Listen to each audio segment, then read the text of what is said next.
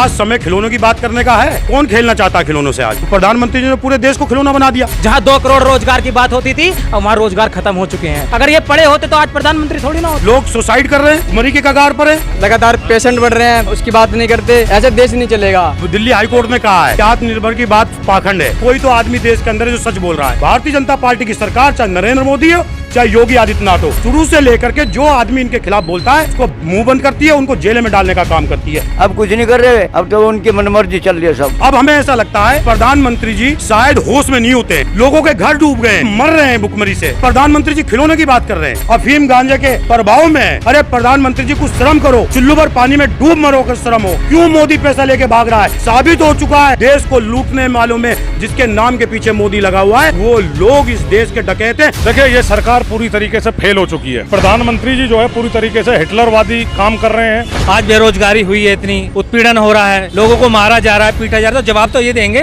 देश की आजादी के बाद से अभी तक जितने भी प्रधानमंत्री हुए, सबने कुछ ना कुछ किया होगा, कुछ ना कुछ उपलब्धियां उनके नाम होगी। इनका कहीं कोई उद्देश्य जनता के हित में कोई कार्य नहीं है। 1 साल में 2 करोड़ रोजगार की बात कर रहे थे, कम से कम मेरे हिसाब से 10 करोड़ लोगों को बेरोजगार हो चुके हैं। लाइव टीवी, सच सबसे आगे। नमस्कार, मैं जुनैद अंसारी और आप देख रहे हैं द लाइव टीवी। देश के प्रधानमंत्री बेरोजगारी की बात छोड़कर, मजदूरों की बात छोड़कर बात करते हैं खिलौनों की। खिलौने तो हम बचपन से खरीदते आए। हमसे पहले जो हमारे परिवार के लोग थे वो भी खरीदते आए, और मनोरंजन का साधन होता है। और अफसोस इस बात का है जो लोकल वोकल में, मन की बात में जो है आज लोकल वोकल की बात करके प्रधानमंत्री ने खिलौनों की बात की है। क्या आज समय खिलौनों की बात करने का है? क्या देश के अंदर आज खिलौनों की बात करें हम? कौन खेलना चाहता है खिलौनों से? आज लोगों के पास पैसा नहीं है। खिलौनों की बात कर रहे हैं तो प्रधानमंत्री जी ने पूरे देश को खिलौना बना दिया। पूरे देश को जो है एक भुखमरी की कगार पे लाके खड़ा कर दिया। जितनी चाबी भर रहे हैं उतना चल रहा है खिलौना है। प्रधानमंत्री जी आजकल मोर से खेल रहे हैं, तो वो समझ रहे हैं जैसे प्रधानमंत्री आवास में आभा मंडल में बैठे हैं, ऐसो आराम में बैठे हुए हैं। वो सोच रहे हैं शायद देश भी ऐसे ऐसो आराम में। अरे उनसे कहिए देश की सड़कों पे निकले और आकर के देखें विजयनगर की और गाजियाबाद की सड़कों पर लोगों का क्या हाल है। हिंदुस्तान कभी अपने बलबूते पे नहीं चला था, इसको चलाने की कोशिश की गई थी, और वो इंदिरा जैसे और राजीव जी जैसे प्रधानमंत्री जब इस देश के बने तो उन्होंने इस देश की धरोहर को खड़ा किया। यहाँ तक कि लेके एक से एक फ्लाईओवर दिया, फ्लाईओवर के बाद लोग रोजगार दिया। जहाँ 2 करोड़ रोजगार की बात होती थी, अब वहाँ रोजगार खत्म हो चुके हैं। रोजगार की बात नहीं, अब ये बेरोजगारी की भी बात नहीं करते, और बेरोजगार की जब बात नहीं करते तो लोगों को मरने के लिए छोड़ दिया जाता है। छोड़ने के लिए आत्महत्या कर लो, पकौड़े तल लो, डिग्री हाथ में ले लो। जेई के एग्जाम के ऊपर इनके कान में कोई जू नहीं चल रही। यहाँ तक कि हमारे राष्ट्रीय अध्यक्ष कल नीरज कुंदन की हालत इतनी ख़राब हो गई कि उनको तुरंत एडमिट कराना पड़ गया। इनके ऊपर ना तो कोई रोजगार की बात करो, ना इनके शिक्षा की बात। अगर ये पढ़े होते तो आज प्रधानमंत्री थोड़ी ना होते, ये उनके ऊपर फिर कुछ और ही होता। आज इन्होंने पढ़ाई को छोड़ करके इन्होंने देश के युवाओं को धोखा देने का काम किया है। लोग सुसाइड कर रहे हैं, लोग भुखमरी के कगार पर हैं, लोगों का कारोबार खत्म है, लोगों को बैंक की किस्त डली हुई है, स्कूल चल नहीं रहे हैं, स्कूल वाले किस्त मांग रहे हैं, काम चल नहीं रहे हैं, मोटरसाइकिल वाले अपनी किस्त मांग रहे हैं। देखिए लोग किस तरीके से। देखिए, हमारे देश के प्रधानमंत्री लगातार इस देश की जनता से नए नए मजाक कर रहे हैं। कभी खिलौने की बात करते हैं, कभी पकौड़े तलने की बात करते हैं। जहां आज हर प्रदेश बाढ़ से परेशान है, लोग भुखमरी से परेशान है, वो भुखमरी की बात नहीं करते। लगातार पेशेंट बढ़ रहे हैं भारत में, उसकी बात नहीं करते। लेकिन कभी खिलौने की बात करते हैं, कभी काय की बात करते हैं। ऐसे देश नहीं चलेगा। लोगों को, युवाओं को रोज़गार दें, देश के बारे में सोचे। जो लोग बेरोजगार हैं उन्हें रोज़गार दें। ये ऐसे खिलौने क्या हैं, ये तो सब बेकार की बात है। अब तो जैसे आत्मनिर्भर की बात करें तो हाई कोर्ट ने भी फटकार कर लगाया, मोदी सरकार को कहा कि ये जो आत्मनिर्भर की बात है वो पाखंड है। देखिए, दिल्ली हाईकोर्ट ने कहा है कि आत्मनिर्भर की बात पाखंड है। ये दिल्ली हाईकोर्ट ने कहा। हम दिल्ली हाईकोर्ट का सम्मान करते हैं और धन्यवाद करते हैं कि कोई तो आदमी देश के अंदर है जो सच बोल रहा है। न्यायालयों पे अब भी ये लोगों को यकीन है कि जहाँ न्याय नहीं मिलता है तो कहते हैं न्यायालय जिंदा है। लेकिन इन लोगों ने देश की संवैधानिक संस्थाओं को, ये बात विपक्ष के नेता राहुल गांधी शुरू से कहते आए हैं कि जनसंघ और भारतीय जनता पार्टी संवैधानिक संस्थाओं को कब्जा करके ख़त्म करना चाहती है। लेकिन हाई कोर्ट में अभी भी बहुत सारे लोग ऐसे बैठे हैं जो सरकार को आईना दिखा रहे हैं। अभी आप देखिए, बॉम्बे हाई कोर्ट ने क्या कहा कि तबलीगी जमात को कोरोना को लेकर बलि का बकरा बनाया और उनके ऊपर लिए गए मुकदमे वापस लिए जाने चाहिए। ये पूरे देश के अंदर नंगा नाच खेला गया। तो अभी दिल्ली हाई कोर्ट ने भी कहा कि पाखंड है, और हकीकत में भी पाखंड है। भारतीय जनता पार्टी की सरकार, चाहे नरेंद्र मोदी हो चाहे योगी आदित्यनाथ हो, शुरू से लेकर के जो आदमी इनके खिलाफ बोलता है उसको मुंह बंद करती है, उनको जेल में डालने का काम करती है। लेकिन हम विपक्ष के लोग या आम लोग नरेंद्र मोदी की सरकार से और योगी आदित्यनाथ की सरकार से बिल्कुल नहीं डरते हैं। हम लोगों का इतिहास रहा है कि हम लोगों ने जेलें भरी हैं और जेलों में जाकर के इन अंग्रेज़ों को भगाया है। तो योगी और मोदी इस बात को सुन लें। अगर आप अभी भी नहीं चेताए तो हम लोग सड़क संघर्ष करेंगे, लेकिन इनके पाखंड जो इन्होंने किया है उसको लोगों के सामने ला कर रहेंगे। पुलिस वाले कहीं रोक कर खड़े हो जाए, सवारी तार के पैसे नहीं देती सवारी, तो उसका क्या इलाज करें? और किसी को रोकते हैं, किसी फटाफट रसीद काट रहे 400 रुपए की करीब 500। प्रधानमंत्री कैसा लगता है, क्या लगता है प्रधानमंत्री को इस पर कुछ करना चाहिए, नहीं करना चाहिए? देश का प्रधानमंत्री को करना चाहिए, प्रधानमंत्री को कहना चाहिए कि ऐसा मत करो। जब ये टीवी वाले टीवी नहीं चलाओगे तो कहाँ से खाओगे? क्या करना चाहिए प्रधानमंत्री को? प्रधानमंत्री को करना चाहिए, टीवी बंद नहीं करनी चाहिए और न उनका चालान काटना चाहिए। तो वो कुछ कर रहे हैं काम, लगता है आपको प्रधानमंत्री ने देश के गरीब के लिए, जनता के लिए काम कर रहे? प्रधानमंत्री बनाते अब कुछ नहीं कर रहे, अब तो उनकी मनमर्जी चल रही है सब। प्रधानमंत्री जी, मुझे नहीं पता कि ऐसी बातें क्यों करते हैं। अब जब हम प्रधानमंत्री जी को 7 साल में देखते हैं और सुनते हैं जिस तरीके से सार्वजनिक रूप से आके झूठ बोलते हैं, अब हमें ऐसा लगता है कि प्रधानमंत्री जी शायद होश में नहीं होते हैं। शायद वो कुछ ऐसी चीज़ खा करके आते हैं जिससे ऐसा लगता है जैसे गली मोहल्ले का गांजा पीने वाला व्यक्ति आके उल्टा सीधा कुछ ही बोल देता। अरे देश का ज़्यादातर हिस्सा बाढ़ में डूबा हुआ है, लोगों के घर डूब गए हैं, लोग आज के टाइम में मर रहे हैं भुखमरी से, और प्रधानमंत्री जी खिलौने की बात कर रहे हैं। तो ऐसा लगता है कि प्रधानमंत्री जी अफीम गांजे के प्रभाव में है और लोगों उनको लगता है कि देश के अंदर सब हरा रहा है, जैसे अटल बिहारी वाजपेयी को लगता था शाइनिंग इंडिया। अरे प्रधानमंत्री जी, कुछ शर्म करो, और कुचुल्लू भर पानी में डूब मरो अगर शर्म हो तो। देश हाहाकार कर रहा है। 34 लाख कोरोना के केस हिंदुस्तान के अंदर हो चुके हैं। आपको पता है कि पूरी दुनिया के अंदर आज कोरोना का हब अगर जो कोई बना हुआ है तो वो हिंदुस्तान बना हुआ है। आपने जब कोरोना आया नमस्ते ट्रंप के माध्यम से, अपने दोस्त के माध्यम से कोरोना हिंदुस्तान के अंदर घुसाया, तो आपने तबलीगी जमात को टारगेट कर दिया कि तबलीगी जमात वाले कोरोना फैला रहे हैं। आज बताएं हमें कि तबलीगी जमात वालों के अंदर कोरोना है या किन लोगों के अंदर कोरोना है? कितने तबलीगी जमात वाले का आंकड़ा बताएं कि कितने कोरोना में। आज तबलीगी जमात का कहीं नाम नहीं आता है, आज मुस्लिमों का कहीं नाम नहीं आता।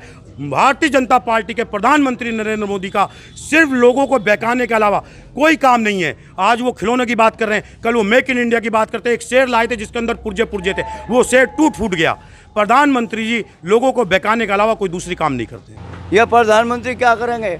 बस ये ऑर्डर दे दिया पुलिस वाले ने, बंद करो, टीवी बंद करो, इनके चालान काटो, इन्हें खड़े कर लो। प्रधानमंत्री तो कहते हैं कि देश मजबूत हो गया, देश की जनता मजबूत हुई है। हाँ, कैसे? देश मजबूत हुआ है, देश की जनता है वो भी मजबूत हुई है। हाँ, वो मजबूत नहीं है, तो जनता मजबूत हो जाएगी तो सब काम हो जाएगा। देखिए, ये प्रधानमंत्री नरेंद्र मोदी और जनसंख्या एक आदमी का, हम लोगों की बातें होती है, हम टेलीविज़न भी देखते हैं।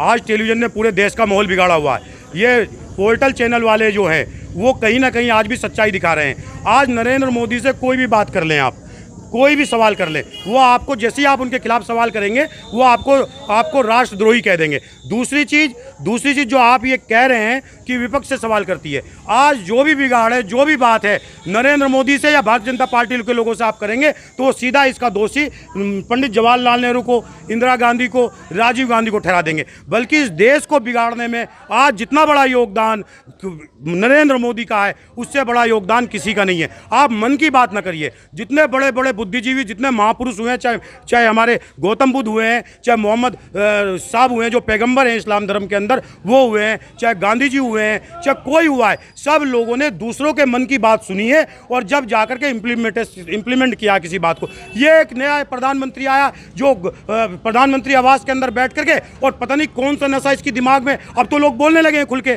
कि गांजा अफीम का असर कहीं ना कहीं इनके दिमाग पे चढ़ा हुआ है। अब लेते हैं या नहीं लेते हैं वो ब्लड टेस्ट कराना पड़ेगा प्रधानमंत्री का, लेकिन कहीं ना कहीं किसी ऐसे नशे के प्रभाव में रहते हैं जो अंड संड कुछ ही बोलते रहते हैं। देश का पहला प्रधानमंत्री है जिसने सार्वजनिक मंचों पे लगातार झूठ बोला है और झूठे आंकड़े पेश किए हैं। आप जो मन की बात करता है वही पकौड़े तलने की बात करता है। युवाओं के रोजगार की बात नहीं करता है। देश बर्बाद हुआ पड़ा है 2 करोड़ रोजगार की बात करते थे, उसकी बात क्यों नहीं करते?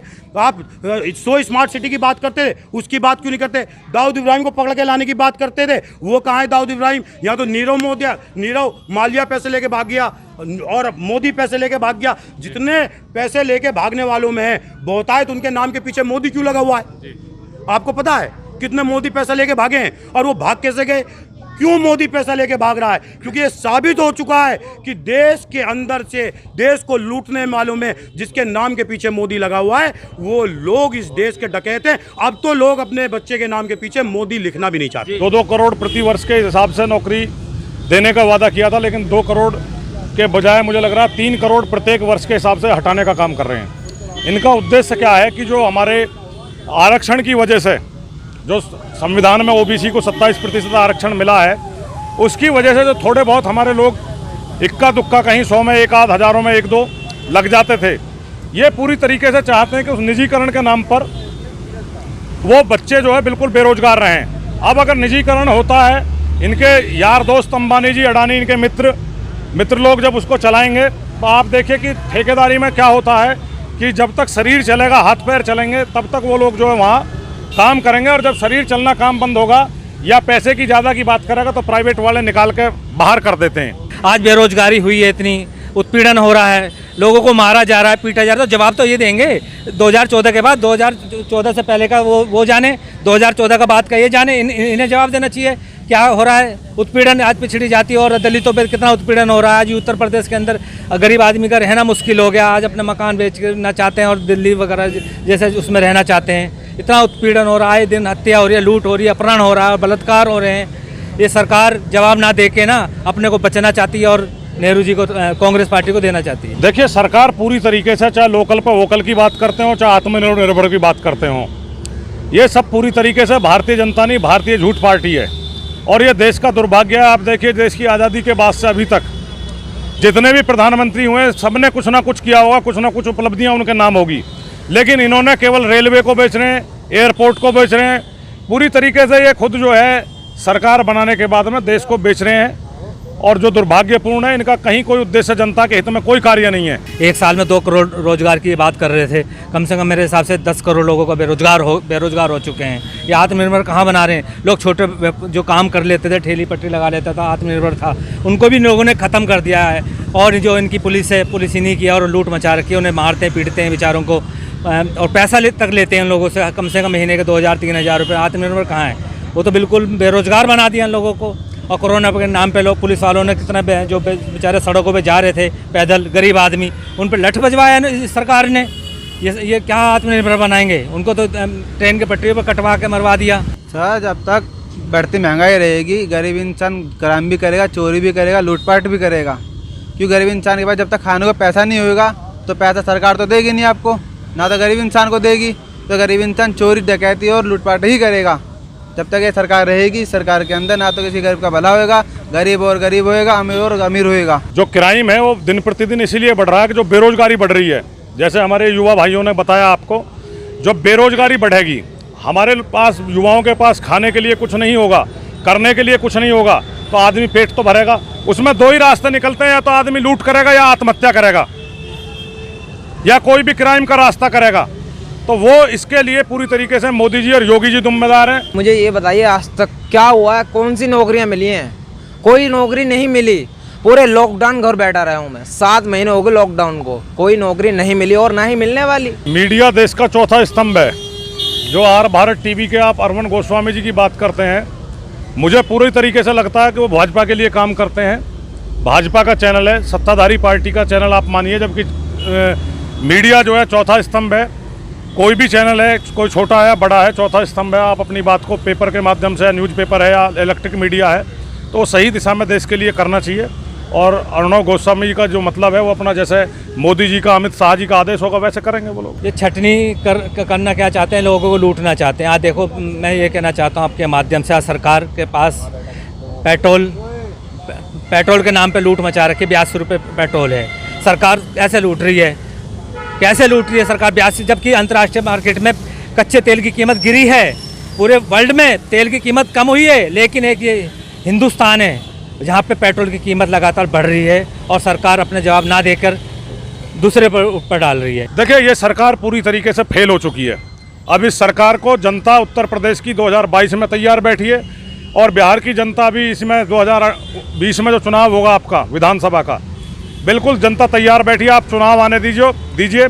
ये ऐसे जाएंगे जैसे ये कह रहे हैं कि 50 साल सरकार रहेगी, अमित शाह जी ने कहा ईवीएम के ऊपर, लेकिन मुझे लगता है कि 50 साल बाद तक ये दिखाई नहीं देंगे। लाइव टीवी, सच सबसे आगे।